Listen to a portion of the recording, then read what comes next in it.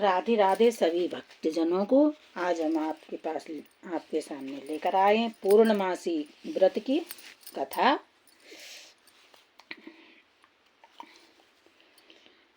पूजन की सामग्री: दूध, दही, घी, शर्करा, गंगाजल, रौली, मौली, तांबूल, पुंगी फल, धूप, फूल सफेद कनेर के, अग्योपवीत, श्वेत वस्त्र, लाल वस्त्र, आक आदि, बिल्व पत्र, फल, फूलमाला, धतूरा, बांस की टोकरी, आम के पत्ते, चावल, तिल, जौ, नारियल, दीपक, ऋतुफल, अक्षत, नैवेद्य, कलश, पद 32, पचरंग, चंदन, आटा, रेत, समिधा, नाक की लकड़ी, कुशा, आचार्य के लिए वस्त्र, स्वर्ण की अंगूठी, से पार्वती की स्वर्ण मूर्ति, दूब, आसन।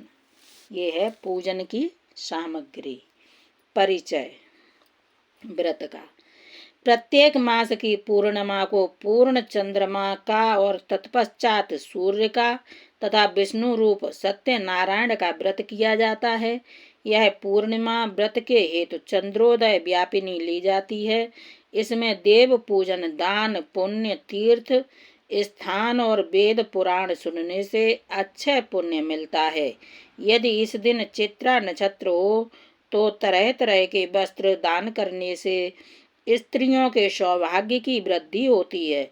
अच्छी संतान और सौभाग्य आदि के लिए स्त्रियों को 32 अर्थात 32 पूर्णमासी का व्रत करना चाहिए। यूं तो किसी भी पूर्णमासी से इसे आरंभ कर सकते हैं, परंतु यदि मासों में सर्वोत्तम मार्गशीर्ष मास से आरंभ किया जाए तो अति उत्तम है। अंत में उद्यापन करना चाहिए। पूजन की विधि: पूर्णमासी का व्रत धारण करने वाले स्त्री व पुरुष को प्रातः काल 4 बजे ब्रह्म मुहूर्त में उठकर स्नान आदि से निवृत्त होकर संध्या पूजा तथा नित्य कर्म करना चाहिए। फिर पवित्र स्थान पर आटे से चौक पूर कर केले का मंडप बनाकर शिव पार्वती जी की मिट्टी की मूर्ति बनाकर स्थापित करें।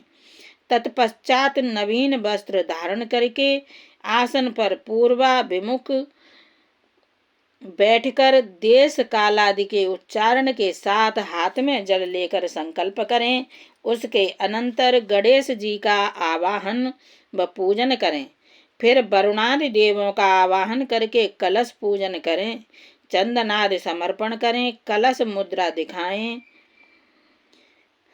घंटा बजाएं, जिससे राक्षस भाग जाएं और देवताओं का शुभागमन हो।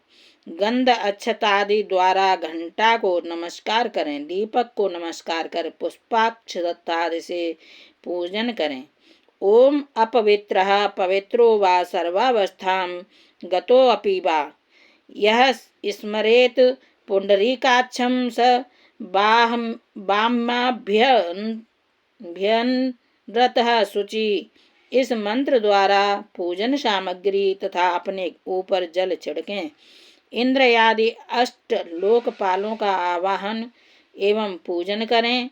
मंदार माला, कुलजालकाई, कपाल मालांकित, शेखराय, दिव्यांबराई च सरस्वती, रेवापयोष्णी, नर्मदा जले स्नापितासी मया देवी तेन शांति पुरुषव में।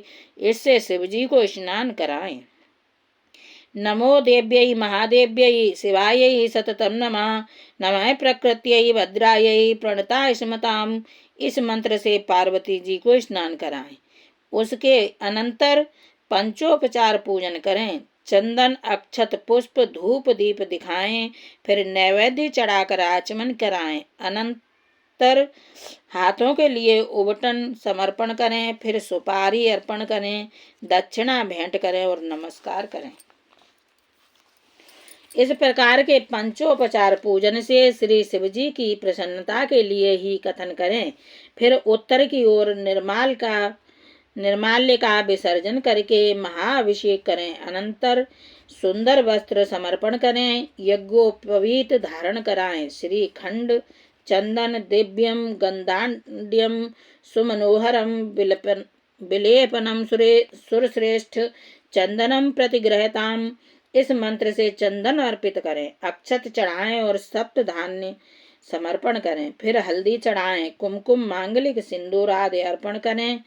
ताड़पत्र कंठ की माला आदि समर्पण करें। माल्यादिनी सुगंधीज माल्यात्यादिनी वै प्रभु मया अहरतानि पूजार्थम पुष्पाणि प्रतिग्रहताम। इन 2 मंत्रों से सुगंधित पुष्प अर्पण करें तथा धूप दें, दीप दिखाएं और नैवेद्य चढ़ाएं। फिर मध्य में जल उत्तरापोषण हाथ मुख धुलाने के लिए जल छोड़ें। चंदन अर्पित करें। इदम फलम मया देवी स्थापितम पुरतस्तव तेन में सुफलावातिर्भवेज्जन्मनि जन्मनि। इस मंत्र से नारियल तथा ऋतु फल अर्पण करें। तांबूल सुपारी चढ़ाएं और दक्षिणा द्रव्य चढ़ाएं। अनंतर आभूषणादि चढ़ाएं। कपूर की आरती करें और पुष्पांजलि चढ़ाएं। यानी कानि च पापपनि जन्मा तरह कृतानि च तानि तानि विनश्यन्ति प्रदक्षिण पदे पदे। इससे परिक्रमा करें और नमस्कार करके हाथ जोड़ षोडशोपचार पूजन संपूर्ण करें। फिर शिव जी के सतनाम 100 नामों के मंत्रों का उच्चारण करें। शिव जी के 100 नाम।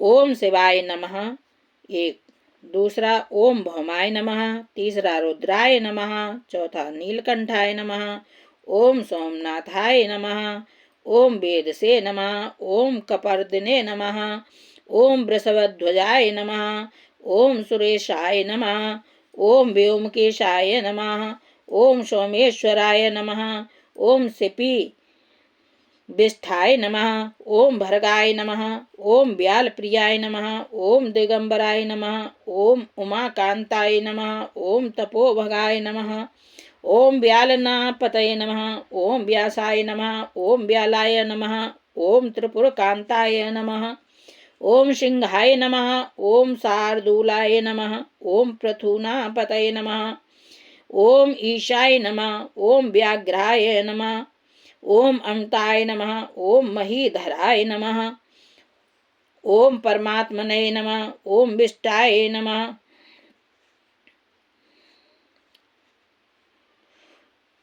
ओम महीधराय नमः, ओम अतिमायै नमः, ओम बुद्धिनायै नमः, ओम सिद्धापतये नमः, ओम परमेष्ठने नमः, ओम कपोताय नमः, ओम शिष्टाय नमः, ओम वेद गीताय नमः, ओम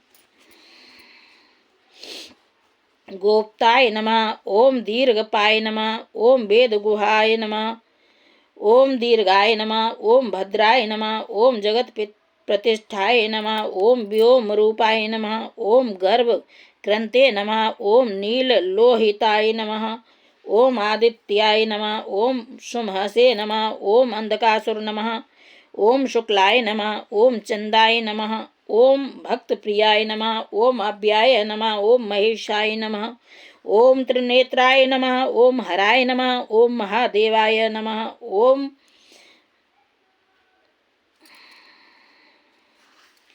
वेदांगणाय नमः, ओम त्रिदेवाय नमः, ओम अर्थाय नमः, ओम अर्थारूपाय नमः, ओम परमार्थाय नमः, ओम विश्वरूपाय नमः, ओम विश्वाय नमः, ओम लालबंध रूपेभ्यो नमः, ओम शंकराय नमः, ओम कालाय नमः, ओम विश्वनाथाय नमः, ओम अरुणाय नमः, ओम विटपाय नमः, ओम सूक्ष्माय नमः, ओम असूक्ष्माय नमः, ओम रुद्रभूमिश्राय नमः, ओम शमशान वासिने नमः, ओम कृतिवाससे नमः, ओम शशांक शेखराय नमः, ओम दुर्गाय नमः, ओम दुर्गपराय नमः, ओम दुर्वाय वसाक्षिणे नमः, ओम लिंग रूपाय नमः, ओम प्रायार्थ्याय नमः, ओम लिंगाय नमः, ओम लिंगनापतये नमः, ओम प्रवाह रूपाय नमः। ओम करुणाकरणाय नमः। ओम मृत्युंजयाय नमः।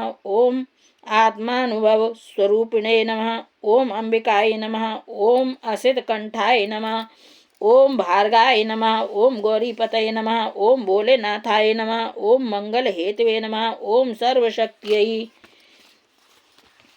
नमः। ओम काशीनाथाय नमः। ओम कंदर्पघ्नाय नमः। ओम पुरुषोत्तमाय नमः। ओम जगन्नाथाय नमः। ओम कालकूट भक्षकाय नमः। ओम पंचवक्त्राय नमः। ओम शिवजी के सतनामों से जप करता हुआ शिवजी के 100 नमस्कार करें। इसके पश्चात निम्न कथा कहें अथवा सुने। जय हो प्रभु। अथ पूर्णमासी की व्रत की कथा। द्वापर युग में यशोदा जी ने कृष्ण जी से कहा, हे कृष्ण, तुम सारे संसार के उत्पन्न करता, पोषक तथा उसके संहार करता हो। आज कोई ऐसा व्रत मुझसे कहो जिसके करने से मृत्यु लोक में स्त्रियों को विधवा होने का भय न रहे तथा यह व्रत सभी मनुष्यों की मनोकामनाएं पूर्ण करने वाला हो। श्री कृष्ण जी कहने लगे, हे माता, आपने अति सुंदर प्रश्न किया है। मैं आपसे ऐसे ही व्रत को सविस्तार कहता हूँ। सौभाग्य की प्राप्ति के लिए स्त्रियों को 32 पूर्णिमाओं का व्रत करना चाहिए। इस व्रत के करने से स्त्रियों को सौभाग्य संपत्ति मिलती है। यह व्रत अचल सौभाग्य देने वाला एवं भगवान शंकर के प्रति मनुष्य मात्र की भक्ति को बढ़ाने वाला है। यशोदा जी कहने लगी, हे कृष्ण, सर्वप्रथम इस व्रत को मृत्युलोक में किसने किया था, इसके विषय में विस्तार पूर्वक मुझसे कहो। श्री कृष्ण जी कहने लगे कि इस भूमंडल पर एक अत्यंत प्रसिद्ध राजा चंद्रहास से पालित अनेक प्रकार के रत्नों से परिपूर्ण कातिका नाम की एक नगरी थी। वहां पर धनेश्वर नाम का एक ब्राह्मण था और उसकी पत्नी अति सुशील रूपवती थी। दोनों ही उस नगरी में बड़े प्रेम के साथ रहते थे। घर में धन धान्य आदि की कमी नहीं थी। उनको एक ही दुख था कि उनके कोई संतान नहीं थी। एक समय एक तपस्वी योगी उस नगरी में आया। वह योगी धनेश्वर के घर को छोड़कर अन्य सब घरों से भिक्षा लाकर भोजन किया करता था।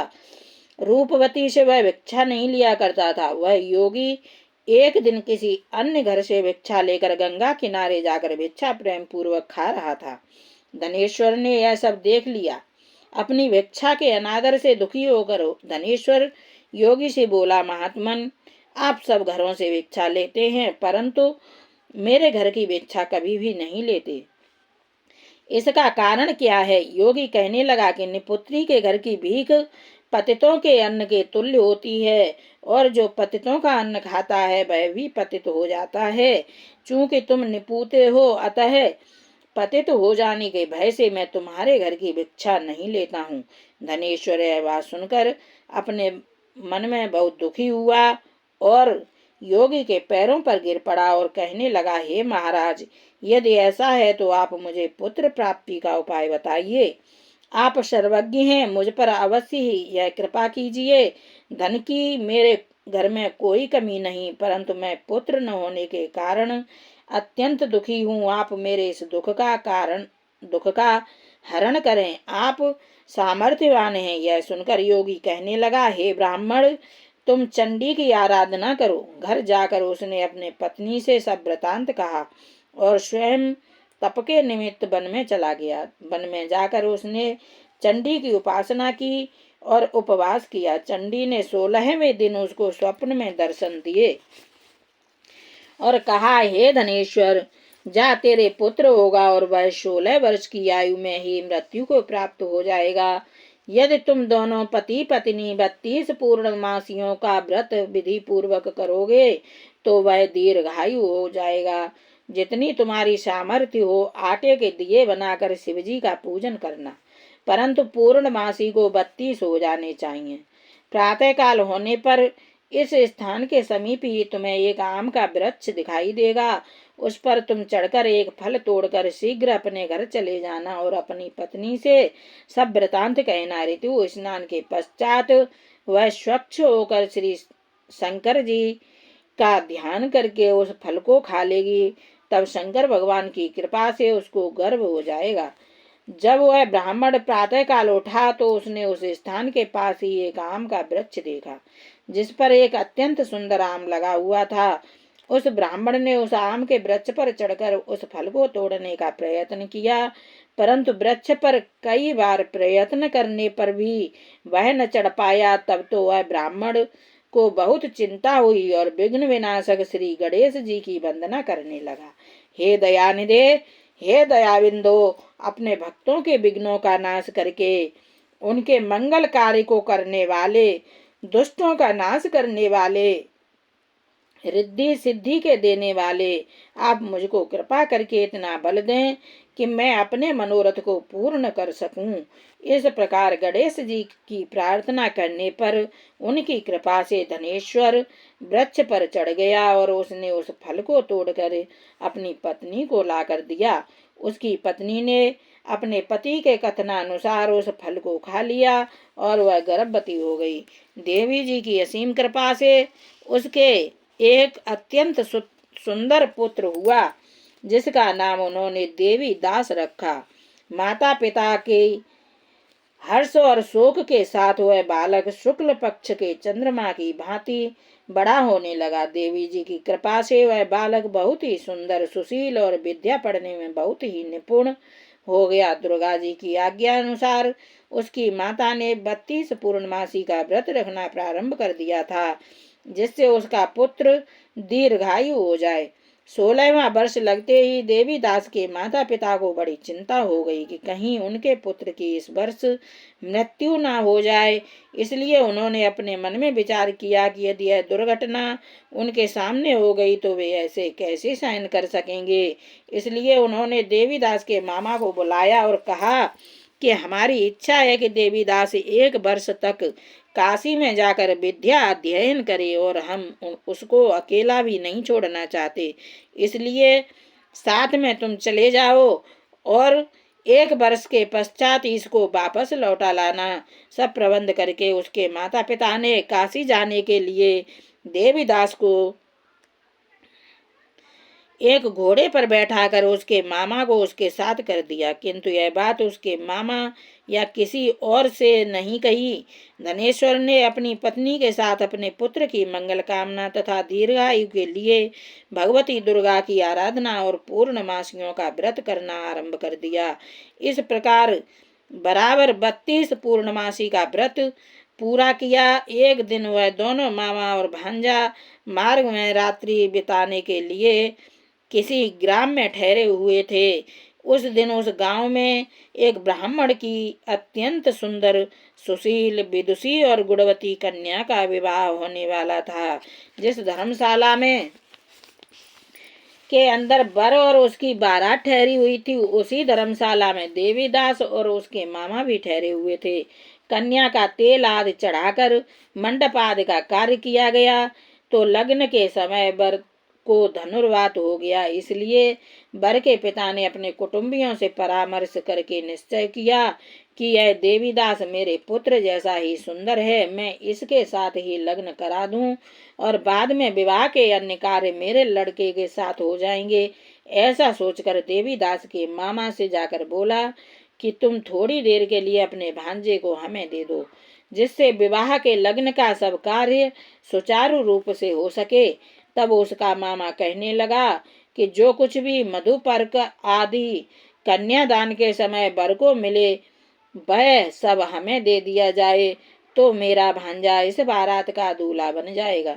यह बात वर के पिता के स्वीकार कर लेने पर उसने अपना भांजा वर बनने को भेज दिया और उसके साथ सब विवाह कार्य विधि पूर्वक संपन्न हो गया। पत्नी के साथ वह भोजन न कर सका और अपने मन में सोचने लगा, न जाने यह किसकी पत्नी होगी। इसी सोच में उसकी आंखों में आंसू भी आ गए। तब वधू ने पूछा कि क्या बात है, आप इतने दुखी क्यों हो रहे हैं। तब उसने सारी बातें जो वर के पिता उसके मामा में हुई थीं उसको बता दी।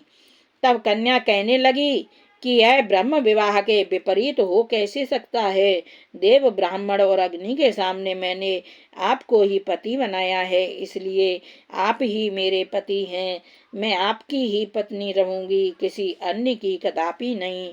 तब देवीदास ने कहा, ऐसा मत करिए, क्योंकि मेरी आयु बहुत थोड़ी है। मेरे पश्चात आपकी क्या गति होगी, इन बातों को अच्छी तरह विचार लो। परंतु वह दृढ़ विचार वाली थी।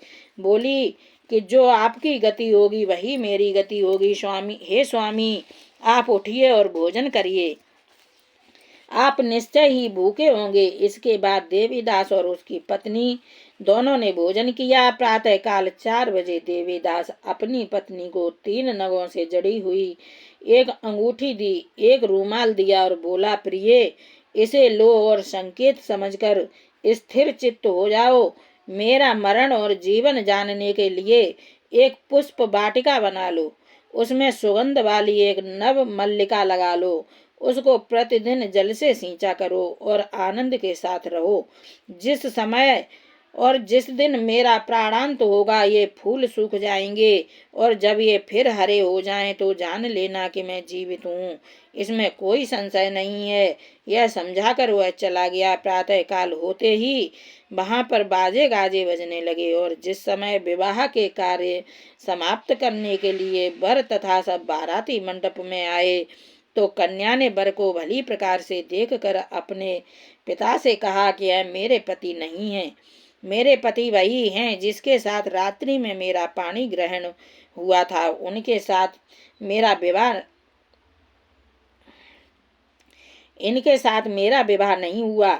यदि यह वही है तो बताएं कि मैंने इनको क्या दिया। मधुपर्क और कन्यादान के समय जो मैंने भूषणादि दिए थे उन्हें दिखाएं, तथा रात में मैंने क्या बातें कही थी वह सब सुनाएं। पिता ने उसके कथनानुसार वर को बुलवाया। कन्या की यह सब बातें सुनकर वह कहने लगा कि मैं कुछ नहीं जानता। इसके पश्चात लज्जित होकर वह चला गया और सारी बारात भी अपमानित होकर वहां से लौट गई। भगवान श्री कृष्ण जी बोले, हे माता, इस प्रकार देवीदास काशी विद्याध्ययन के लिए चला गया। जब कुछ समय बीत गया तो काल से प्रेरित होकर एक सर्प रात्रि के समय उसको डसने के लिए वहां पर आया। उस विषधर के प्रभाव से उसके शयन का स्थान चारों ओर से विषैला हो गया, परंतु व्रत के प्रभाव से उसको काटने न पाया, क्योंकि पहले से ही उसकी माता ने 32 पूर्णमासी का व्रत कर रखा था। इसके बाद मध्याह्न के समय स्वयं काल वहां पर आया और उसके शरीर से उसके प्राणों को निकालने का प्रयत्न करने लगा, जिससे वह मूर्छित होकर पृथ्वी पर गिर पड़ा। भगवान की कृपा से उसी समय पार्वती जी के साथ श्री शंकर जी वहां पर आ गए। उसको मूर्छित दशा में देखकर पार्वती जी ने भगवान शिव जी से प्रार्थना की, महाराज, इस बालक की माता ने पहले 32 पूर्णमासी का व्रत किया था, जिसके प्रभाव से आप इसको प्राण दान दें। पार्वती जी के कहने पर भगवान श्री शिव जी ने उसको प्राण दान दे दिया। इस व्रत के प्रभाव से ही काल ने देवीदास को छोड़ दिया और वह स्वस्थ होकर बैठ गया। उधर उसकी पत्नी उसके आने की प्रतीक्षा किया करती थी। जब उसने देखा कि उस पुष्प वाटिका में पत्र पुष्प कुछ भी नहीं रहे तो उसको अत्यंत आश्चर्य हुआ, और जब वह वैसे ही हरी भरी हो गई तो वह जान गई कि वह जीवित हो गए हैं। यह देखकर वह बहुत प्रसन्न मन से अपने पिता से कहने लगी, पिताजी, मेरे पति जीवित हैं, आप उनको ढूंढिए। जब 16वां वर्ष व्यतीत हो गया तो देवीदास भी अपने मामा के साथ काशी से चल दिया।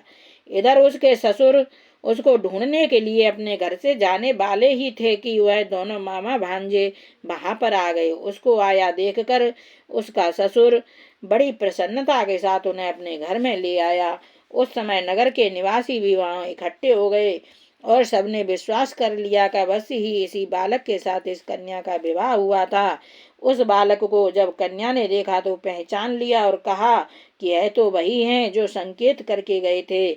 उसके बाद सभी कहने लगे कि भला हुआ जो यह आ गया, और सब नगरवासियों ने आनंद मनाया।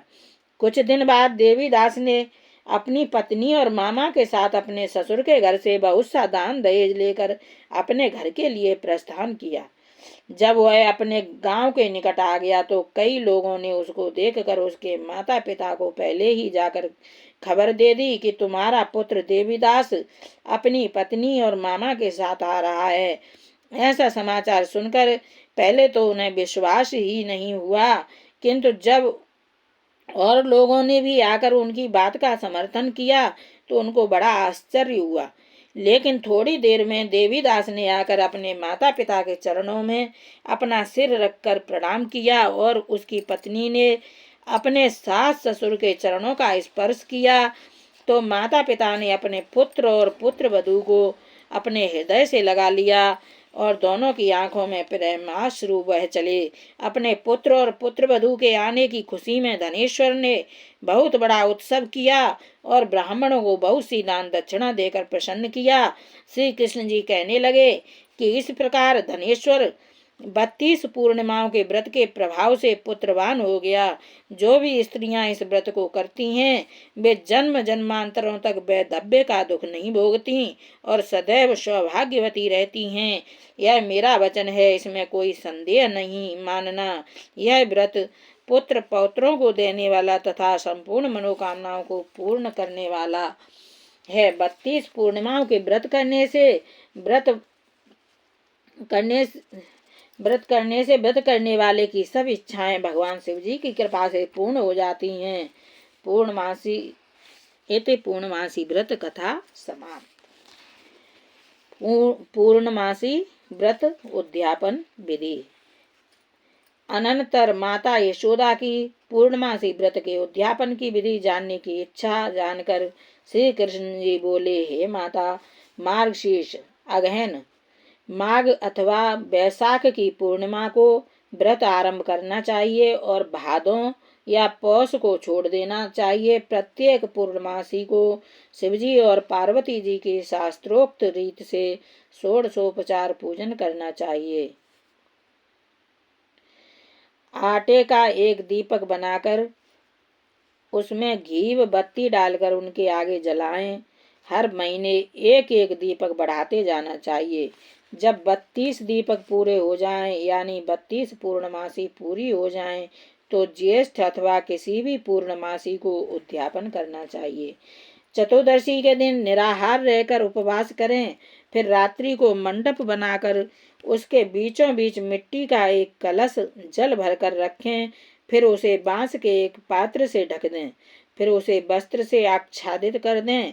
फिर उस पर यथाशक्ति सोने के एक उमा व महेश्वर की प्रतिमा स्थापित करें। अनंतर पुस्तक के आरंभ में दी हुई विधि के अनुसार यथावत उनका पूजन करें तथा धूप दीप नैवेद्य फल फूल अर्पण करें। रात्रि में गाना बजाना कीर्तन नृत्य आदि करके जागरण करें। प्रातः काल नित्य कर्म से निवृत्त होकर स्नान ध्यान करके अग्नि स्थापित करके तिल जौ चावल शर्करा घृत तथा अन्य चंदन आदि सुगंधित द्रव्यों के संकल्प से ओम नमः शिवाय इस मंत्र से 108 बार आहुति दें।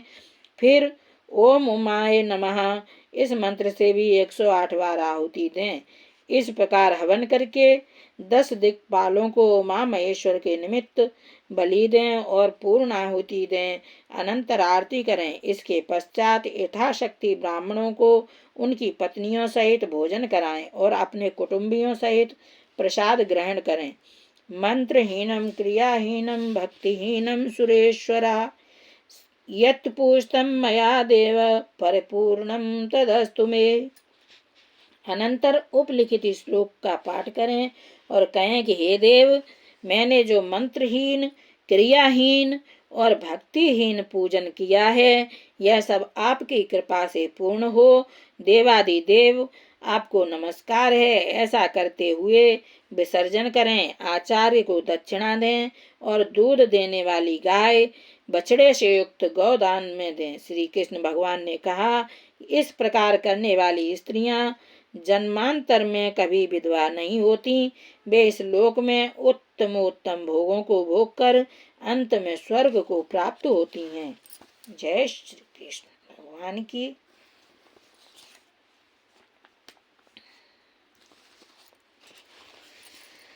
श्री जगदीश जी की आरती। ओम जय जगदीश हरे, प्रभु जय जगदीश हरे। भक्त जनों के संकट, दास जनों के संकट, छिन में दूर करे। ओम जय जगदीश हरे। जो ध्यावे फल पावे, दुख बिन से मन का, प्रभु दुख बिन से मन का। सुख संपत्ति घर आवे, कष्ट मिटे तन का। ओम जय जगदीश हरे। मात पिता तुम मेरे, शरण गहूँ किसकी, स्वामी शरण गहूँ किसकी।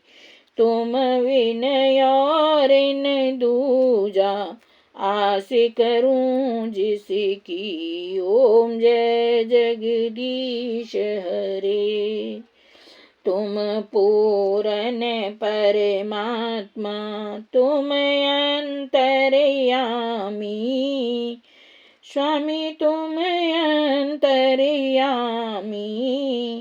पार ब्रह्म परमेश्वर, पार ब्रह्म परमेश्वर, तुम सबके स्वामी। ओम जय जगदीश हरे। तुम करुणा के सागर, तुम पालन करता, प्रभु तुम पालन करता। मैं मूर्ख खल कामी, मैं मूर्ख खल कामी, कृपा करो भरता। ओम जय जगदीश हरे। तुम हो एक अगोचर, सबके प्राणपति, स्वामी सबके प्राणपति। किस विधि मिलूं दयामय, किस विधि मिलूं दयामय, मैं तुमको कुमति। ओम जय जगदीश हरे। दीन बंधु दुख हरता, तुम ठाकुर मेरे, स्वामी तुम ठाकुर मेरे। अपने हाथ उठाओ, अपने हृदय लगाओ, द्वार पड़ा तेरे। ओम जय जगदीश हरे। विषय विकार मिटाओ, पाप हरो देवा, स्वामी पाप हरो देवा। श्रद्धा भक्ति बढ़ाओ, श्रद्धा भक्ति बढ़ाओ, संतन की सेवा। ओम जय जगदीश हरे, स्वामी जय जगदीश हरे। जय सत्यनारायण भगवान की जय हो, जय भोलेनाथ की। कभी कभी ऐसा होता है हम घर से बाहर होते हैं, पूर्णमासी का व्रत करते हैं, किताब नहीं है साथ में, यूट्यूब पे ढूंढो तो आधी अधूरी कहानी मिलती हैं। इसीलिए हमने व्रत की पूरी सविधि द्वारा, सविधि सहित कथा विधि आरती पूरी जो किताब में लिखी है उसी हिसाब से पूरी, न कम न ज़्यादा, पूरी आप सबके लिए रिकॉर्ड करी है। आप सब इसका लाभ उठाएं। जय श्री राधे श्याम।